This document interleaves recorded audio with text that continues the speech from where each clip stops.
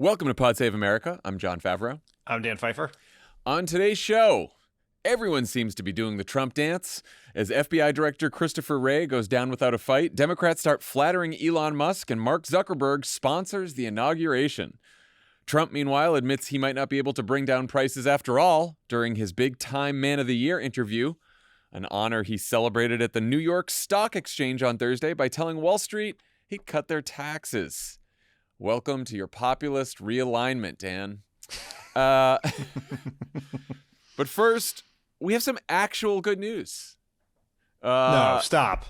It's real. I'm not a joke. Not a joke. It's December 2024, right? It is. It is. Okay. All right. Cool. It's been a while.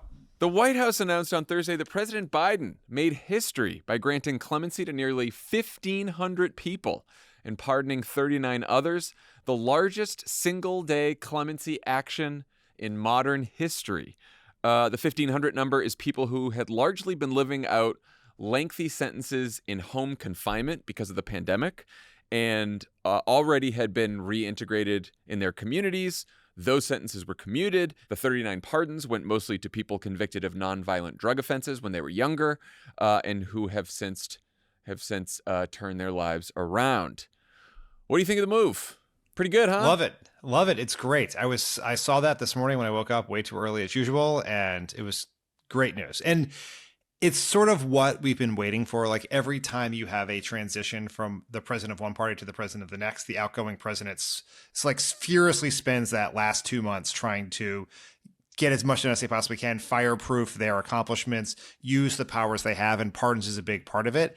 And it had felt for the last couple of weeks like that was not happening. I'm sure it was happening internally because they didn't just come up with these pardons yesterday. Like they've been working on this for a long time. Yeah. But it was good to see sort of that outgoing use of power in a way that was consistent with the president's values and protecting people from a dangerous thing that's going to happen when Trump takes over.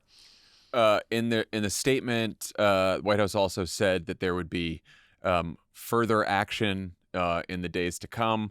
The Office of the Pardon Attorney, part of the Justice Department, has received nearly 12,000 requests for clemency during Mr. Biden's term. In 2022 and 2023, he pardoned anyone in federal prison for marijuana possession. He can also, and has been urged to, pardon or commute sentences of others convicted of nonviolent drug offenses who are in federal prison. Some people have urged him to commute sentences for the 40 people who were on death row in federal prison and reduce those sentences to life without parole so that they don't get the death penalty. Yeah, so altogether, he has issued, I think, 26 individual pardons and 135 commutations. So what do you think? What do you think is going to be next? What do you think should be next? I hope it's the 40 death row inmates. Joe Biden, this has kind of been lost to history, but Joe Biden was the first modern president elected who was an opponent of the death penalty. It's the upside of his Catholicism. But it's just, I say that because he was obviously not as pro-choice as he is now throughout most of his life, largely due to him being raised a Catholic. But obviously there are only 40 inmates on death row in federal penitentiaries. There's huge numbers of them at state prisons, but it would send a powerful signal to do that on his way out the door. So I certainly hope that is something that is on the list of things they're actively considering over the last month here. And it seems like from all kinds of reporting now, since last time we talked about it, that he's still considering preemptive blanket pardons for some folks on Trump's enemies list. And Trump has now talked about the January 6th committee, talked about Jack Smith. So I guess we'll wait and see if he does that. Did you see that Benny Thompson said he'd take one? I did see Benny Thompson say he'll take one. You know what? Which I respect. All these people playing coy, Adam Schiff being like, oh, I don't think it's a good idea. Yeah, Adam Schiff, you're going to take it if you get it. Please, don't give me a pardon. That's me winking for those listening to it on their phones. I mean, not to dwell on this again, but, it crossed my mind since we were talking about pardons and commutations today. Why do you think he didn't wait to do the Hunter pardon until after a move like this? We talked about this on a Tuesday show, and Tommy mentioned that he wanted to do the Hunter pardon before Hunter was sentenced. Though I guess I understand that. Though you could also make an argument that after Hunter was sentenced, perhaps commuting the sentence altogether would have been received better. Our old pal Anita Dunn, who's was one of the closest aides to Joe Biden for not just his presidency, but like much of his career. She said recently at a New York Times DealBook event, when she was asked about the Hunter Biden pardon, I don't agree with the way it was done. I don't agree with the timing, and I don't agree, frankly, with the attack on our judicial system. The argument is one I think that many observers are concerned about: a president who ran to restore the rule of law, who has upheld the rule of law, who has really defended the rule of law, kind of saying, well, maybe not right now. I thought a lot about how and why the White House did it this way. And I think it's pretty simple. I think it is a very, we know all the people who work in the White House. They are very smart. They know exactly how shooting out the Hunter Biden pardon on its own before you pardon anyone else on a Sunday night at the end of Thanksgiving weekend is going to, before you jet off to Angola, is going to look. Which is why I think most of them weren't involved. Yeah, well, I mean, he called the White House and said, this is what we're doing. That's what I'm saying. No, I mean, most of the very smart White House staff that we knew did not know until it was happening. But they didn't know he had made the decision to do it. But I'm sure there's a conversation on rollout, right? Yeah. And the president came back from Thanksgiving with his family, where they had a family meeting about this. Hunter was at that meeting. Hunter is staring down the barrel of going to prison soon. And the president makes a decision. He calls back and says, I made this decision. And then they have a choice. Do they just do it right away before it leaks? Or do they allow it to leak out there that he is thinking about it and then face a bunch of pressure? And so this is not how anyone would design. I think it's just, this is how the process worked. And it takes a long time to get 1,300 commutations and pardons together. And that process was ongoing and not yet finished when he made this decision at Thanksgiving. Yeah. Look, so there's no plan that had it this way. It's just like, this is how life unfolded. And this was a family issue. And one thing you always read in the reporting is on family stuff, no one argues. Biden calls the shots. And that's how this was. And I mean, I won't criticize it all over again. I already did. I will say that these pardons and commutations, they do make me feel better about the whole thing. Yeah, of course. I also think that if he, like I said, issues, these preemptive pardons and blanket pardons and makes them about sort of protecting people from political vengeance and retribution by Donald Trump, and the Hunter pardon sort of fits into that bucket, then I feel even better, even though I'm, disappointed that he lied to us. All right. Elsewhere in the justice system, there is less reason for celebration. FBI Director... Glad we got that happiness out of the way. Now that's out of the way. Now. FBI Director Chris Wray announced Wednesday that he would step down at some point before Trump's inauguration on January 20th, paving the way for Trump hatchet man Kash Patel to take over as head of the world's premier investigative agency. Wray said in his statement, quote, "In my view, this is the best way to avoid dragging the Bureau deeper into the fray while reinforcing the values and principles that are so important to how we do our work." A lot of folks aren't happy, to say the least. Jonathan Chait at The Atlantic, in a piece called "A Scandalous Resignation," summed it up this way, quote, "The president-elect had been facing the unpleasant task of firing a lifelong Republican whom he had selected himself, inviting the national media to raise ugly questions about his oft-confessed desire to turn the federal criminal justice apparatus into a weapon of political vengeance. Instead, Wray, like so many Republicans who couldn't stomach Trump's demands, decided to go gentle into that good night. Nobody except Wray will remember where they were when Christopher Wray resigned." Ouch. I mean, you can sympathize with Wray not wanting to just sit around and wait for Trump to fire him, but I don't know. What do you think? Was this the right move? Abso-fucking-lutely not. I mean, just the FBI position of FBI director is one of the most powerful in this country. You have an army of investigators and law enforcement officers who work for you. It is so powerful that, unlike the Department of Defense, the director of the CIA, Congress gave the FBI director 10-year non-consecutive terms. So you can't amass too much power, and you are insulated from the influence of individual presidents and members of Congress. And Donald Trump, for the second time now, is firing an FBI director. And this is in this case, he is doing it, and he wants to install a loyalist who has published an actual list of the enemies who he wants to prosecute. And that should be a big, giant deal. And it's not going to be because Chris Wray just slouched off into retirement. And so instead, you have to pick the alternative scenario where Joe Biden leaves, Donald Trump is sworn in, he walks in the White House, and then he fires the FBI director, who has years left on his term that was confirmed by the Senate, and to replace him with Kash Patel. But because Wray resigned, when he is trying to appoint Kash Patel, it's just going to seem like he's filling any other empty cabinet vacancy, like all the rest of them. And it just, it is a big deal what he is doing with the FBI, and Chris Wray made it seem like a lot less big deal. So he did not uphold any of those values and principles that he talks about. He actually undermined them by giving in to Trump. Pure cowardice, in my opinion. Pure cowardice. I think I agree, just for the sake of argument. Well, let's hear it. No, I guess what benefit to the country, or politically for those who oppose Trump, would have come from Wray waiting, getting fired, and then Kash Patel gets the job anyway, just a little bit later than he would have. And Donald Trump gets a couple days worth of very critical stories and commentary by all of us for firing the FBI director. In the end, if Kash Patel is going to be the FBI director in either way, it's not going to make a huge difference to the Benny Thompsons, Adam Schiffs, Anthony Fauci's of the world who are going to be investigated.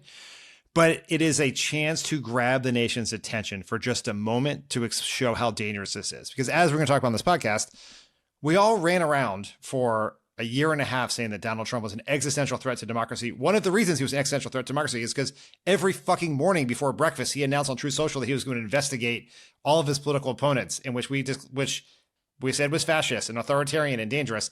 And now he's doing that exact thing. And so many people, Chris Wray included, are sort of like, maybe not that big a deal. And so if it is as big a deal as we think it is, and I imagine Chris Wray probably thinks it is, then you have to at least try to tell that story. And it makes it harder to tell that story if you're just going to hand the keys of the FBI to Kash Patel, as opposed to making Donald Trump take them from you and do it. Like, this is what Preet did as U.S. Attorney in New York.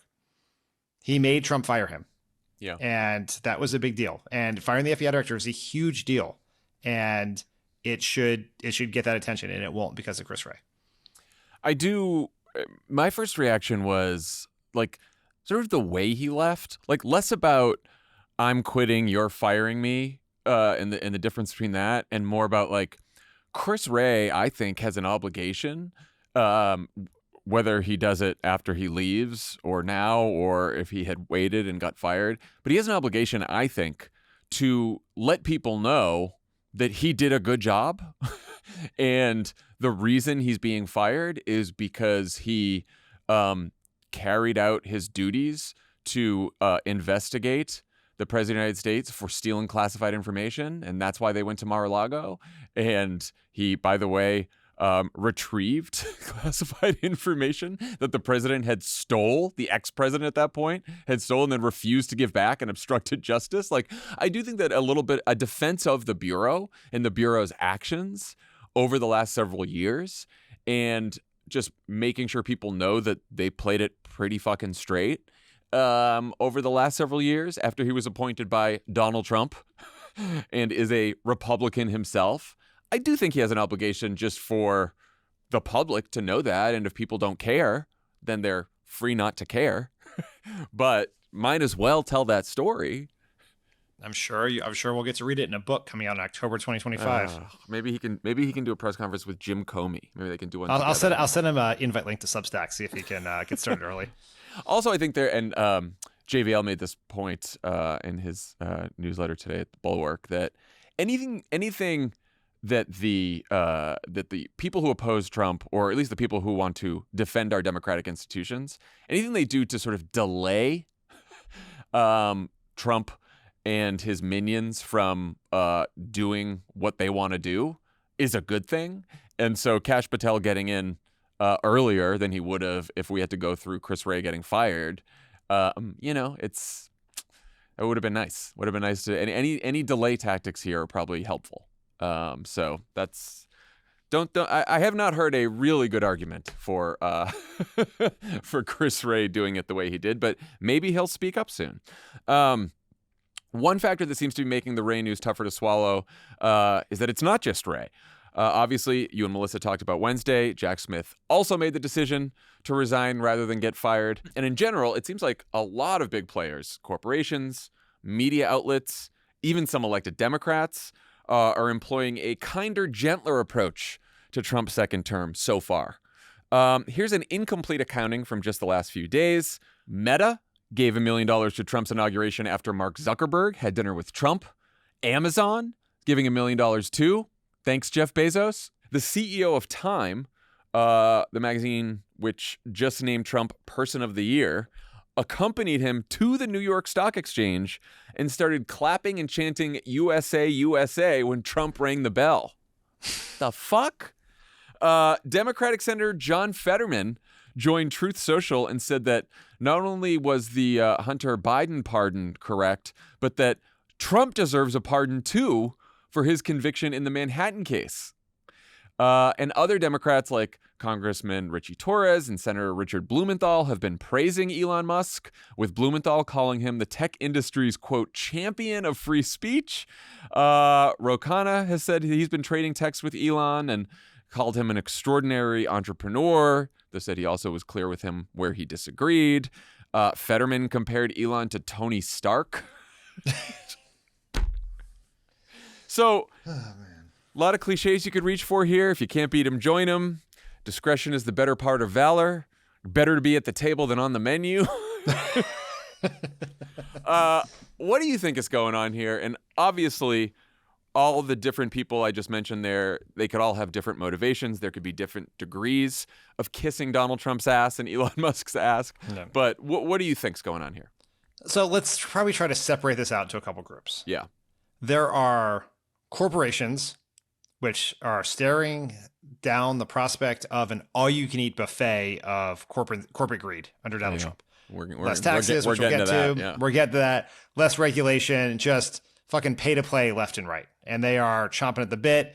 A lot of these are tech companies who, like this, probably somebody with Meta, who have felt like they could not acquire other companies under Lina Khan's FTC because of Biden's very good antitrust policies.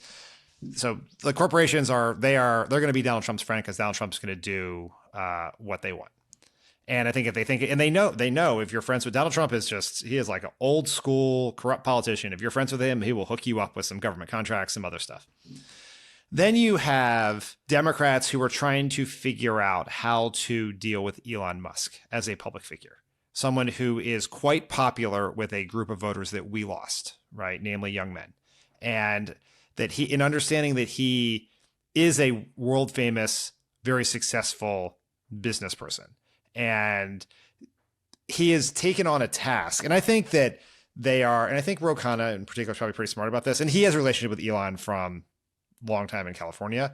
But I mean, he was a Commerce Department appointee in the Obama administration when Elon was hoovering down solar tax credits for Tesla. But huge fan of the Recovery Act that Elon Musk. But I think the way we navigate the Doge Commission requires some deftness, because what they want to do at the surface level is quite popular. Get rid of waste and fraud and abuse in government. Like, everyone agrees with that. And so you want to be in the situation where you're agreeing to work with them. And then when they come back with all their Social Security cuts and their elimination of the Department of Education, then you hammer them. And so I think that's the appropriate way there. I can't speak to what John Fetterman's doing. I don't really understand going on Truth Social. Yeah, that's fine. Gavin Newsom did that a long time ago. That doesn't bother me. Suggesting Trump get a pardon, that seems primarily like trolling. I don't really get that, and then I think there's this other thing that I think we all have to remind ourselves as we think about the next 4 years. We are never running against Donald Trump again. Yeah. He is not our opponent. The first 4 years of Trump was about every single day trying to increase the likelihood that we could beat him in the 2020 election. And we succeeded. Not as well as we would like, but we did succeed because he's back. But this time we have a different set of tasks. So we don't necessarily have to, if we agree with Trump on something that is popular, it is okay to agree with him and then like take that issue off the table. Like we don't have to oppose him on every single thing if it is an area of potential agreement. We also don't have to chase him down every rabbit hole, right? Our task is not to beat Trump. It is to rebuild our brand and then separate the new Trump coalition from the Republican Party that comes after Trump. And so we have to think with that mentality. And that does mean it's just a very different approach than Resistance 1.0. My critique is with none of that. And I don't think that what you just said is necessarily reflective of what any of these fucking characters are doing or saying right now. Like, I think Roe is my exception to this. Right. Roe is the exception. But I even think that you don't need to call Elon Musk anything nice at all to be willing to play ball with the Doge thing and putting out a list of reforms that you want. I mean, I was saying this, that I think the Democrats should put out their own list before Elon and Vivek have their own list and make it about the corporate subsidies we want to get rid of, the tax breaks we want to get rid of, other waste and abuse that we're comfortable getting rid of. Like, let's do our own thing, and then when they don't agree to it, then we can hit them over it, right? Like, let's be constructive on policy and governing when we agree, and let's be really tough on policy and governing when we disagree. But like, we don't have to say nice fucking things about these people. We don't have to kiss Trump's. We shouldn't chase Trump down every rabbit hole for sure. We also don't need to fucking kiss his ass. And also, this is like, do you think Democrats are kissing his ass? No, not Trump. The Elon Musk stuff is a little. Dick Blumenthal. What the fuck are you saying? That's crazy. I don't understand. He's a champion of free speech. He's not a champion of free speech. There is a moment. When you lose an election, everyone loses their fucking mind for like 90 days. That's what's good. And they do dumb shit, right? And also, they overreact. Mark Zuckerberg, like, there are a few humans more full of shit than Mark Zuckerberg for like all of the values he professed that Facebook had and that his company has and all this bullshit. It's like Donald Trump attempted a coup. He incited a violent insurrection. All these people, how many companies after January 6th were like, never again, we're not going to donate to, some of them said they were going to donate to Republicans after that. Not just Trump. The big lie, Everyone people who voted against the election, And here's I would not have even been this annoyed if over the fact that Zuckerberg sat down with Trump and had dinner. It's like, okay, you want to have dinner, he's the president of the United States, you run one of the biggest companies in the world, like, fine, make peace, whatever. Donate $1 million to inauguration when Meta has not donated money to any other inauguration? What? Now you're like in the Trump business. Now you're just giving him money. You're not just like not saying mean things about him or even saying nice things. You're giving him money? What? $1 million. It's obvious the thing Mark Zuckerberg cares about most in the world is power and money. But if there was anything else he cared about, it was immigration reform. He started the group forward.us. He has given money to this. He's talked about it. And now he just gave $1 million to someone who was on TV over the weekend talking about deporting millions of people from this country. It's outrageous. It's just, what is wrong with you? You have no self-respect. No self-respect. It's just gross. And also the Elon Musk thing too, like, he's Tony Stark, he's successful. Like, the thing that bothers me about that is like, yes, Elon Musk is rich. He's worth $400 billion. Congratulations, I guess. But like, do we not remember? It wasn't that long ago that he pushed a conspiracy online, said that he agreed with a conspiracy that Jewish communities push hatred against white people. Like, just said so much truth. Yes, truth. When someone tweeted that, the conspiracy that then led a bunch of advertisers to stop advertising on Twitter because it was the same conspiracy that led the Tree of Life shooter to massacre a bunch of people. And now we're going to be like, oh yeah, but you know what? He's like Tony Stark. He's like a really smart guy, really successful. Anti-Semitic conspiracy theories, really successful. Again, you could. It's just as easy to be like, Elon Musk wants to cut government. You don't have to say anything about him. I got a list of things for him to cut, and if he puts something on the table that's worth cutting, yeah, I'm right there with him. He wants to, like Bernie. He wants to cut defense spending. Yeah, I'm there for cutting defense spending too. I'll work with him on that. You don't have to say nice things about him. It's just, I want to just emphasize this point. Everyone loses their fucking mind when they lose an election. It's like a period of time. Go back and look what all the Republicans did after Obama won re-election. John Boehner went out the next day and said, Obamacare is the law of the land. And then Sean Hannity endorsed immigration reform. Like, they lose their minds, and the Democrats everyone is reeling and making a bunch of dumb decisions. And these manifest themselves in some of the examples you just gave. Today's presenting sponsor is Simply Safe Home Security. As holiday packages arrive on your doorstep, so does the risk of package thefts. Simply Safe's cameras and 24/7 professional monitoring help make sure that even if you're not home, your deliveries are safe. With Simply Safe, you can shop confidently, knowing your home is protected against thefts and break-ins. And right now, you can save 50% off on your new Simply Safe system, their biggest deal of the year, but you need to claim your discount today. You guys know we love Simply Safe. John Lovett set one up himself. He could turn it on and off from his phone. The sensors that were protecting him were top of the line technology. It's just a really great product. Simply Safe is a new way to protect your home that stops intruders before they break into your home.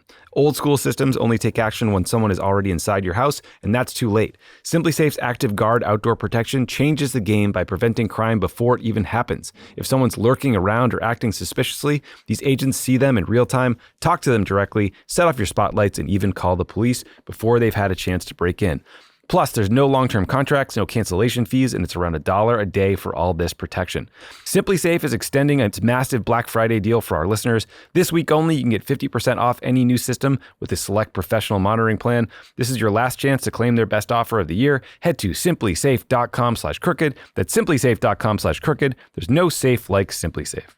We do have one pretty good clue as to why the corporate types seem to be coming around so quickly. You mentioned this. It came at 9:30 a.m. Eastern time on Thursday as Trump opened trading at the stock exchange. Let's listen. We're cutting your taxes. We're going to cut them very substantially. We got them down to 21% from probably 42 or 44%, depending on where you are. And we got them down to 21. Everyone said that was a miracle. Now we're getting them down to 15, but only if you make your product here. Now, I didn't see this footage, but was the audience of people he was saying that to at the New York Stock Exchange, was that a group of working class voters who were upset with high grocery prices? Is that who he was talking to? No, it was a collection of CEOs and stock traders. Yeah, those are the taxes he wants to cut. Yes. Those are the taxes he wants to cut. Under this, so Trump lowered the corporate rate to 21%. From 35% in the 2017 tax cuts. Now he wants to lower it to 15%. He says he wants to do it 15%. And there's a new twist on it with, like, if you invest in America, if you do business here, I don't know how that works. But in general, a 15% corporate tax rate would give the largest 10 companies in America a $23 billion tax cut for 10 companies that reported more than $520 billion in profits. This was a cap analysis over the summer. Meta, his new pal Mark Zuckerberg, would get $1.4 billion just for Meta from Trump's plan. United Health. Have you heard about United Health lately? United Health would get $1.3 billion, a tax cut. And 5 largest grocery companies, because obviously Trump was elected to lower prices for people. That's what he told us. But he does want to give the 5 largest grocery companies $1.7 billion in tax cuts. These are 5 grocery companies that made $29 billion in profits as a bunch of people could not afford their groceries. And now he wants to give them another $1.7 billion. You think they're going to use that $1.7 billion tax cut to lower the cost of food so people can buy their groceries? Probably, right? Isn't that what happened when they did the exact same thing in 2017? And by 40 points. Then, they passed the savings on to their consumers and their employees. And they hired lots of people. And wait. CEO bonuses and stock buybacks. That's right. Yes. So that is what Trump promised. Now, we knew this during the campaign, that I think Kamala hit Trump on this a few times, the corporate tax cut. Obviously did not work, or at least it did not work well enough. What is your advice here to Democrats on how to make it stick in the next year in a way that we did not do as successfully as we could have during the campaign? she did mention, you said the operative word here was she hit him on it a few times. Yeah. And there were a lot of ads on it. There wasn't the ad that Future Forward, the super PAC, spent the most money on was on this very topic. It was called the Buddy ad, and it had a guy watching an iPad of Trump saying to the people at the donors at Mar-a-Lago, "You're rich as hell and I'm going to cut your taxes," and then went on to say what Kamala Harris was going to do to raise taxes on billionaires. But it was never a centerpiece of the campaign. It never was a defining issue. We could never make it stick. And that, I think, has more to do with the short runway the Harris campaign had, maybe, some just the dominance of inflation as an issue, that it didn't stick. I do not take the fact that Trump won as evidence that all of a sudden tax cuts for corporations are popular. Far from it. And I think this is our best bet to really begin to make some cracks in the Trump coalition, right? People elected Trump to lower their costs. And so our message is pretty clear. Trump is not lowering your costs. He's cutting taxes for the wealthy and corporations. The very companies who are making billions of dollars by jacking up prices on your groceries and your gas, he's going to give them a tax cut, and you're not going to get, and he's not trying to help you, he's trying to help them. And then there's a second element of this, which I think is important, which is we have to make this all seem like, as it is, giant fucking corruption. You have him promising it to his donors. You have a bunch of billionaires who are going to benefit from things working in the government. You have Trump himself working in it. You have companies given $1 million to the inauguration who are going to get huge benefits. Like, we have to show that this is the exact corruption that Trump said he was going to fix. And now he is not fixing it. He's exacerbating it to help the rich at your expense. And then the last piece of this is, how is this all going to get paid for in the end? It's going to add trillions of dollars to deficit, and Elon Musk and Vivek are going to want to pay for it by cutting Social Security, Medicare, and getting rid of the Affordable Care Act. Is that what we're going to do? Yeah. And so I think those are sort of the three steps there. I totally agree with all that. I also think, we've got to be able to make this real for people and tell stories about it that are not just sort of the typical, he's giving tax cuts to the rich and not you. That's the message. But we've got to sort of add some color to the message so that it breaks through. I think a lot of critiques from the left about how Kamala Harris and the campaign and all this, we've heard them all. We're not going to do it all here. I think one that is fair is, I don't think she is someone who feels the populist anger towards companies that are price gouging and taking advantage of people and making record profits while people can barely get by. She doesn't really feel that in her bones. At least that doesn't come across during the campaign. I realize it was a short campaign. And to be fair, you don't get that from a lot of Democrats. And I don't know which podcast I said this on, but I've been complaining about the glorification of and the hero status awarded to Luigi Mangione. But I also think there is a large space between that and saying, whatever, rich people are rich people, healthcare companies make profits, that's what they do, right? I do think that Democrats should be going out there every day talking about these companies that are going to get a huge fucking windfall for nothing, who have been gouging consumers, raising prices in a country where people are really struggling to get by with their costs, and tell a story about it every single day, make it the message over and over and over again. And you've got to be creative, and you've got to figure out ways to break through, and you can't just be saying the same fucking words over and over again that seem like they came from a poll that tested really well. You've got to really, make it real for folks. And so that's what I'm kind of hoping Democrats do in this fight. It's not enough to just do the same old, same old. One simple way to do that is to juxtapose the tax rates of these corporations with the tax rates of people, right? Walmart's going to pay a lower tax rate than the people who work at Walmart or shop at Walmart. And then I know I could already hear our fucking econ policy buddies saying it's totally unfair to compare individual and corporate tax rates, but I do not care. Go on another podcast and complain about that. All right. People think it's it's the corporate money that's doing this, and it's the donors that have captured the Democrats. It's no, it's the fucking wonks. No, that's not the reason.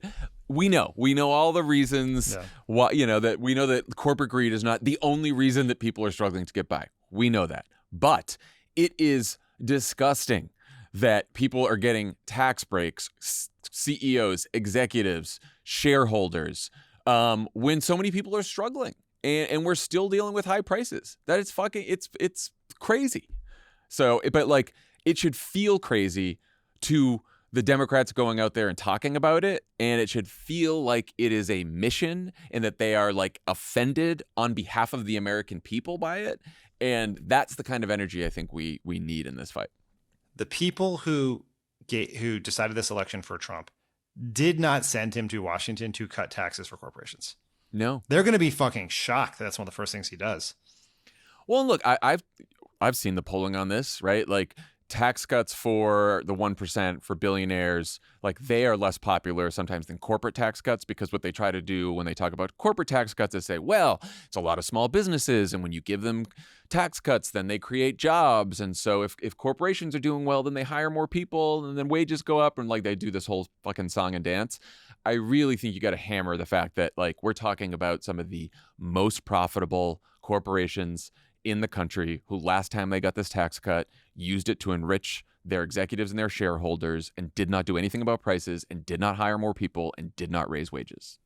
Like, one of the thing we could do 17 podcasts, and we will do 17 podcasts on the corporate tax fight, on the larger tax fight coming. But one thing Democrats can do is you pick an income level by which you agree to extend them, but anything below X you're going to extend, and then you make which is what eventually happened with Obama and the Bush tax cuts. And then the fight becomes about anything above that number. And so, like, we'd pass it tomorrow that everyone who makes under $300,000 a year, I'm just picking a number out of the sky, that their tax cuts will extend it. But anything above that they're fighting over that. And so you got to isolate the fight for the very, very wealthy and the corporations. Yeah, I agree.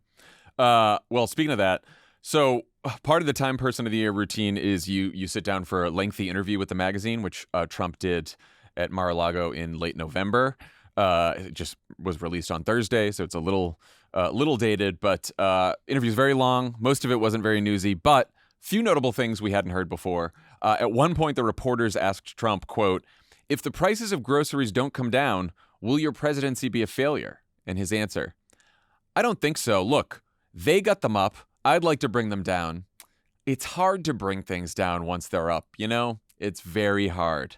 And then he goes on to talk about his solutions, which are just fixing the supply chain, which Joe Biden has been doing for the last 4 years, and lowering energy costs, which involves drilling more for oil that won't do anything to lower gas prices for years if they start drilling now, because also we're producing more oil than any time in history. Kind of a wow moment there. Trump saying, "I don't know if prices will actually go down." We find out on the day that he goes to the stock exchange and is like, "But your taxes are going down, Wall Street." That's the juxtaposition right there, right? Which is he's not going to lower your costs, but he's going to lower the taxes for the wealthy and the corporations. Like, that's sort of where you sit there. It's like, it's not a wow moment for people who took like 2 semesters of econ, but but we should make absolute hay of it, because it's what he promised. He promised he would lower costs, and we have to hammer him when costs do not go down. They will continue to go up. They always do. And we make that point, make him own it. Right.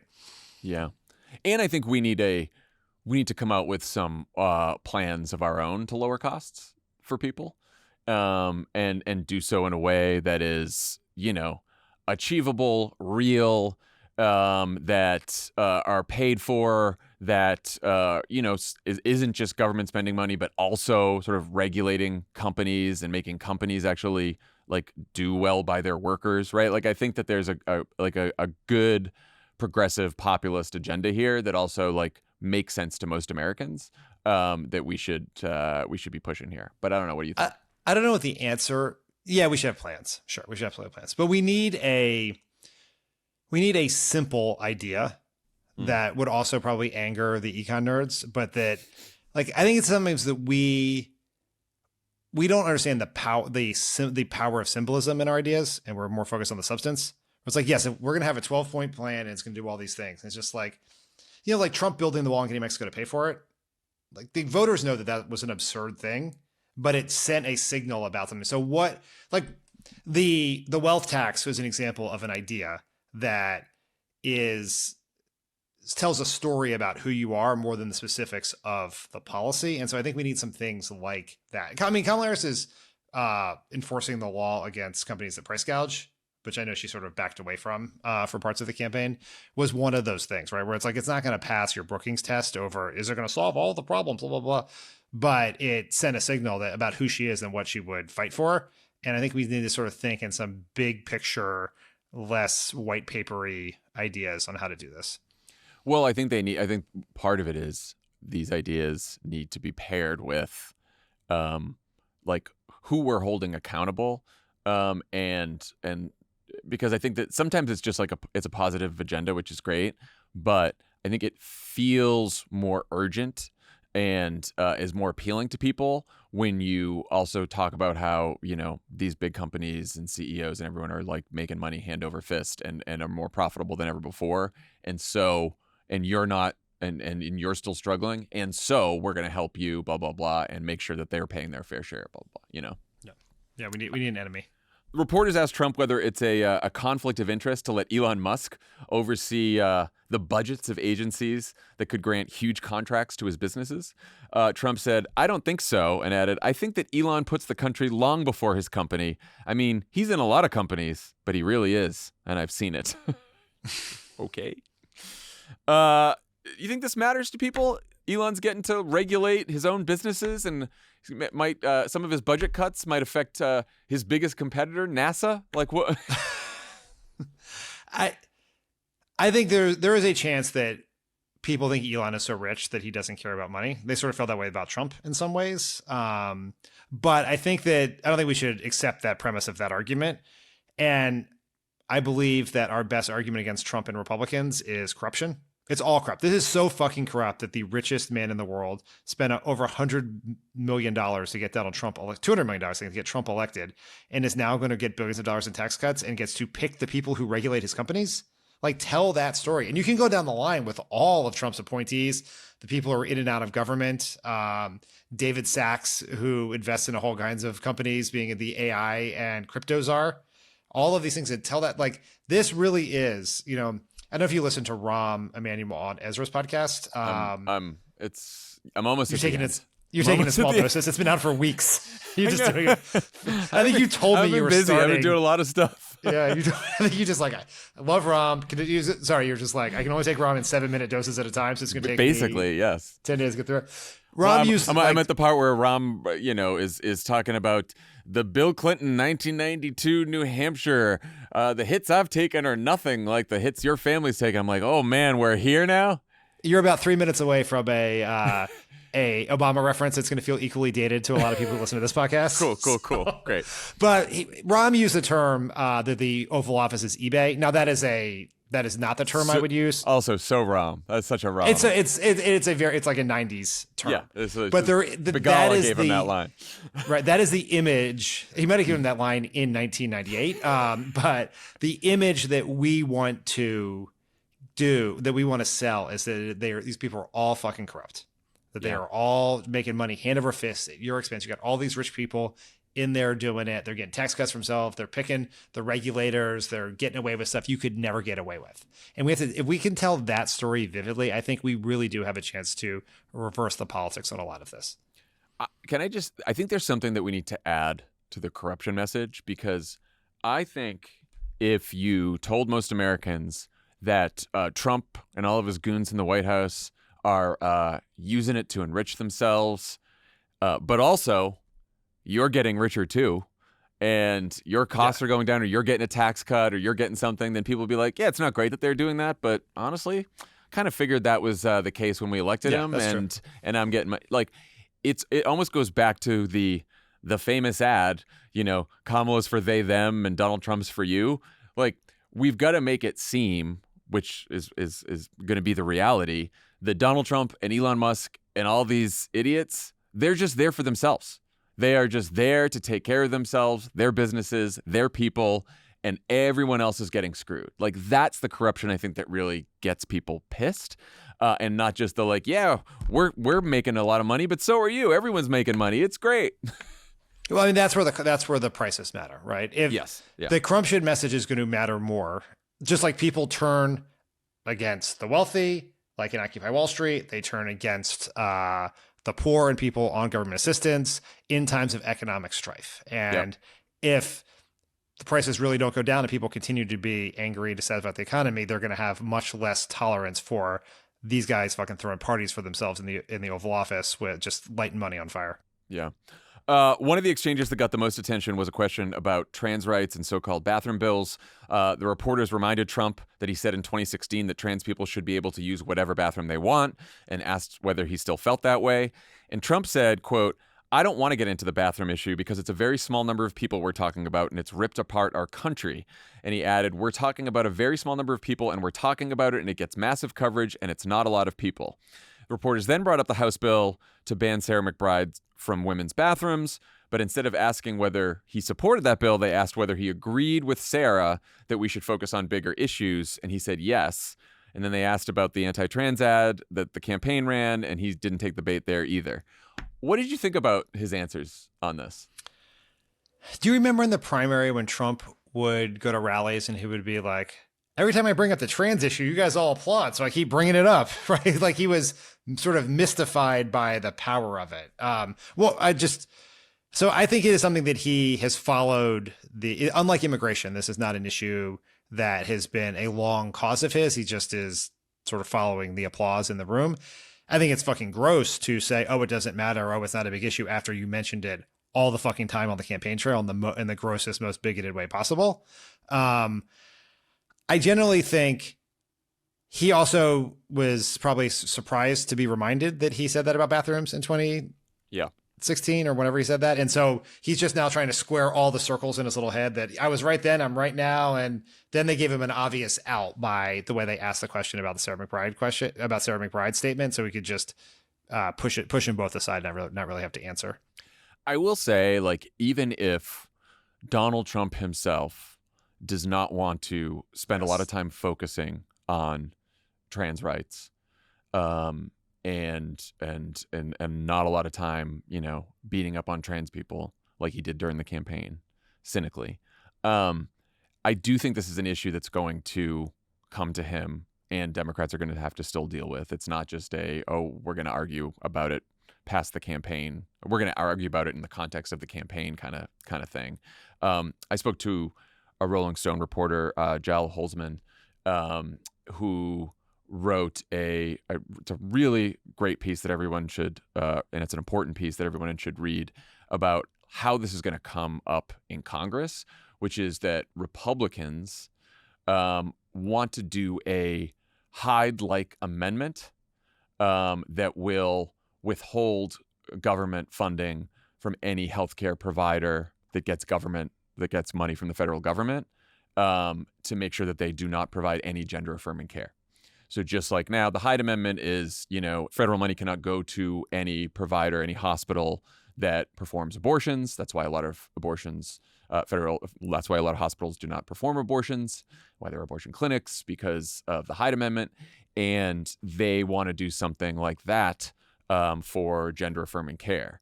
And the question will be, like, do enough Democrats stand up and stop this?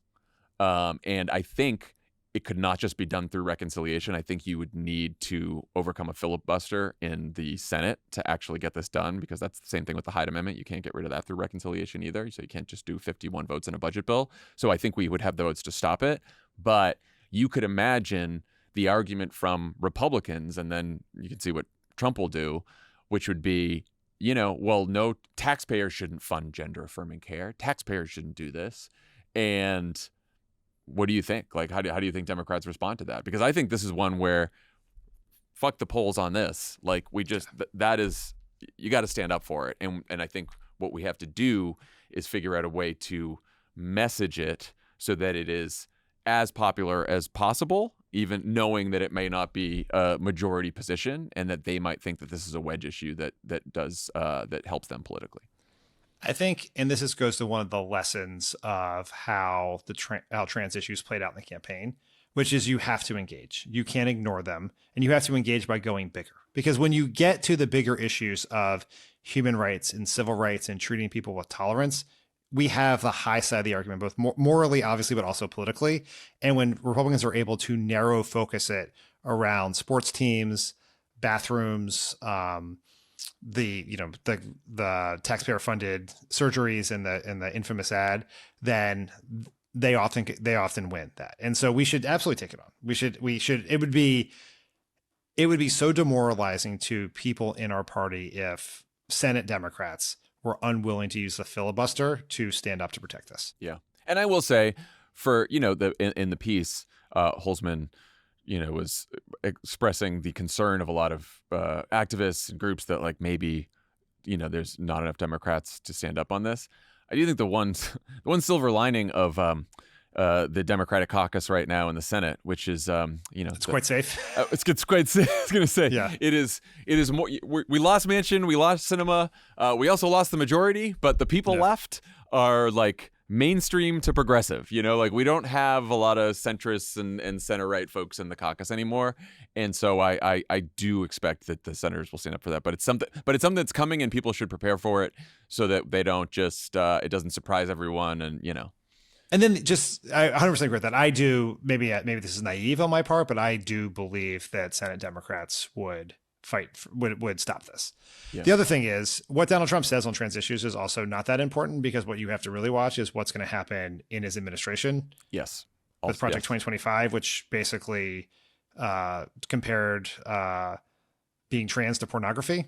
Yeah. And just a series of very dangerous policies are likely to be implemented, whether Trump wants to have the issue or have the conversation or not.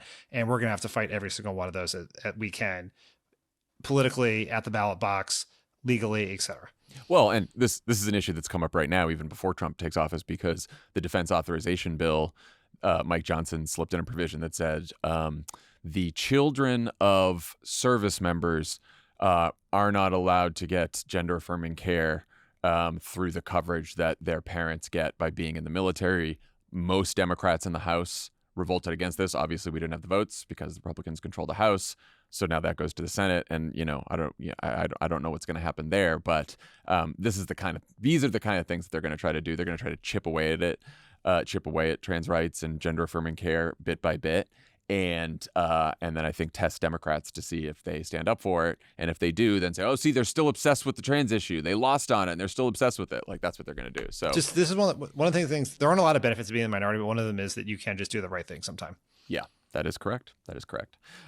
Speaking of the House bathroom bill and its sponsor, Congresswoman Nancy Mace of South Carolina, Mace is now set on making sure everyone knows she's the real victim here. On Tuesday, she spoke at an event for foster care providers and alumni in one of the House office buildings.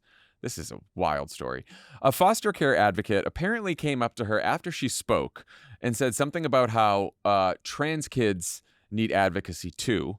What happened next is disputed, but a police report says that this person, quote, began to aggressively and in an exaggerated manner shake her arm up and down in a handshaking motion. The police report was filed by Nancy Mace and her staff, so this is their side of the story. The advocate has pleaded not guilty to misdemeanor assault. Some of the people in the room say they didn't see anything out of the ordinary, just a handshake. Regardless, Mace is now wearing her arm in a sling and making a big thing of it, publicly reassuring her many fans about her odds of survival and so on. She went on Benny Johnson's show, sling in full effect, to accuse trans people of having a mental illness. If I didn't have a medical degree, I don't know if I would be accusing other people of having a mental illness if I was Nancy Mace, but that's just me. What do you think's going on here? What, is this just like, I mean, I guess reporters have requested the security footage, so like we're gonna find out what the handshake was like at some point. And maybe Nancy Mace, famous truth teller, is just telling the truth about being assaulted with a violent handshake. It's totally possible, Nancy Mace. But it's possible that it's also possible that maybe she was looking for attention. Who knows? Nancy Mace looking for attention? It's crazy. I know. No. I am not accusing her of that. I just want you to know. I'm saying it is a possibility that could be one of the outcomes. It is also possible that someone came up and asked her a question and violently assaulted her hand. That is a common technique for injury. The old handshake switcheroo. If I've seen it once, I've seen it 100 times, Stan. I would just say, look, I as a person who waits for the facts, I anxiously await the security footage to be released, probably directly to Benny Johnson or Tucker Carlson or someone like that. Yeah, it'll be with the January 6th footage that Mike Johnson has been sitting on. That Nancy Mace has a long history of stunts to get attention. And so this would not be out of line. One of her former staffers posted on Twitter, this is the same woman who told staff, myself included, during January 6th, that she wanted to get punched in the face by a rioter so she could get on TV and be the face of the anti-Trump movement. That's back when she wanted to be part of the anti-Trump movement and was so mad at him for the riot on January 6th, she wanted to get punched in the face. That story was first reported in the Washington Post, and that's now her former staffer confirming it on Twitter. So that's Nancy Mace. One last thing in the Time interview before we go. They asked Trump all about his thoughts on the campaign, his campaign strategy, the campaign in general, why he won, why Harris lost. He said his campaign was flawless. He didn't take any days off in the last 72 days. He called it, he's got a name for it, he said. It's called the 72 Days of Fury. He said that he thinks the issue of immigration was a bigger factor in his victory than the economy, and that he won because the Republican Party has become the party of common sense. He also said Kamala Harris's worst mistakes were, 1, taking the assignment because you have to know what you're good at, and 2, not doing enough interviews. So that's his assessment. What do you think? Were we missing anything? Did you read that and think, oh, maybe I was missing something there? Maybe he's got a point. No, I did not. I read that whole interview top to bottom. And Me too. At no point, Boy, was that a long interview. And at no point was, when I read that, I was like, you know what? I know why magazines have fallen down. Yeah. Let me just tell everyone who's listening, we're doing it for you here. You do not have to go read this interview. Yes. We are basically just an AI bot reading these and telling you the best parts. But I read that whole interview, and at no point was I like, man, he's kind of got a point there. That did not happen. Particularly not in this part. I'm trying to figure out what the 72 days were. I think because Kamala Harris got in with 107. Oh, was 72 days? Maybe it was post debate, maybe, or post DNC. Maybe. I don't know. Maybe, or it's a fucking maybe he doesn't know what the fuck he's talking about because he just puts numbers. I'm gonna go with that one. I'm gonna go with that one. It's now the second time I think that he has said that immigration was a bigger issue than the economy. Yeah. And I just think that is something to keep in mind because his actions suggest he does not understand why he was elected. And it had a lot more to do with inflation than with immigration. Immigration was a big issue. I'm not going to take that. I'm not going to suggest it wasn't. But particularly for a lot of the voters who picked him over Kamala Harris or who moved to him, who would vote for Biden in 20, inflation was their top issue. And if you focus on things other than inflation, you will pay a price for that before too long. Yeah, I do. There's something to the people came to believe that the Republican Party was the party of common sense. I don't think they think that about the Republican Party necessarily, but they thought that somehow that Trump and what he was selling was a little more common sense. And I think it's hard to square, right? Because you're like, common sense? He seemed fucking nuts. And look, in exit polls, more voters said that he was more extreme than Kamala Harris. So there's that. But when he was saying common sense, he was talking about the economy. He was talking, he's like, people realize that they shouldn't be paying so much for groceries, and people think, and on immigration, right? Like, I do think people probably saw his view on immigration as more common sense than where the Democrats were, even though I think I could make an argument that we're much more common sense on immigration, but I don't think that came through to people. We could spend a lot of pods, and we will, talking about why, but I do think there's probably some truth to that. I think the Democrats became the party to some voters of out-of-touch extremism. Yeah. And that is a process that began long before Kamala Harris was the nominee. It was exacerbated by probably a lot of the party sticking with Joe Biden for a long time. It was exacerbated by the trans ad we talked about, exacerbated by Kamala Harris saying on The View that she couldn't think of any place to separate. Nothing would come to mind in terms of where she would differ from Biden. But it also has been going on since COVID, where we have been sort of relentlessly defined out of the mainstream as a party. And that doesn't mean that people are fully on board with Trump or think he is the party of common sense. But I think we seemed a little less in touch with working class people, that maybe a lot less in touch with working class people, and that's why he won. Yeah, I think it would be fair to say that people perceived us as no longer or less of a party of common sense than he was more, like, I don't think they did anything to help No themselves. one was a party of common sense. Right, yeah, but we seemed like less of a party of common sense than maybe we had in the past. So that is, and look, again, it's not all Democrats' fault, but, we have control over what we say and how we act and how we approach politics, so something to keep in mind. All right, that's our show for today. Tommy Lovett and I will be back with a new show on Tuesday. Everyone have a great weekend. We'll see you later. Bye, everyone.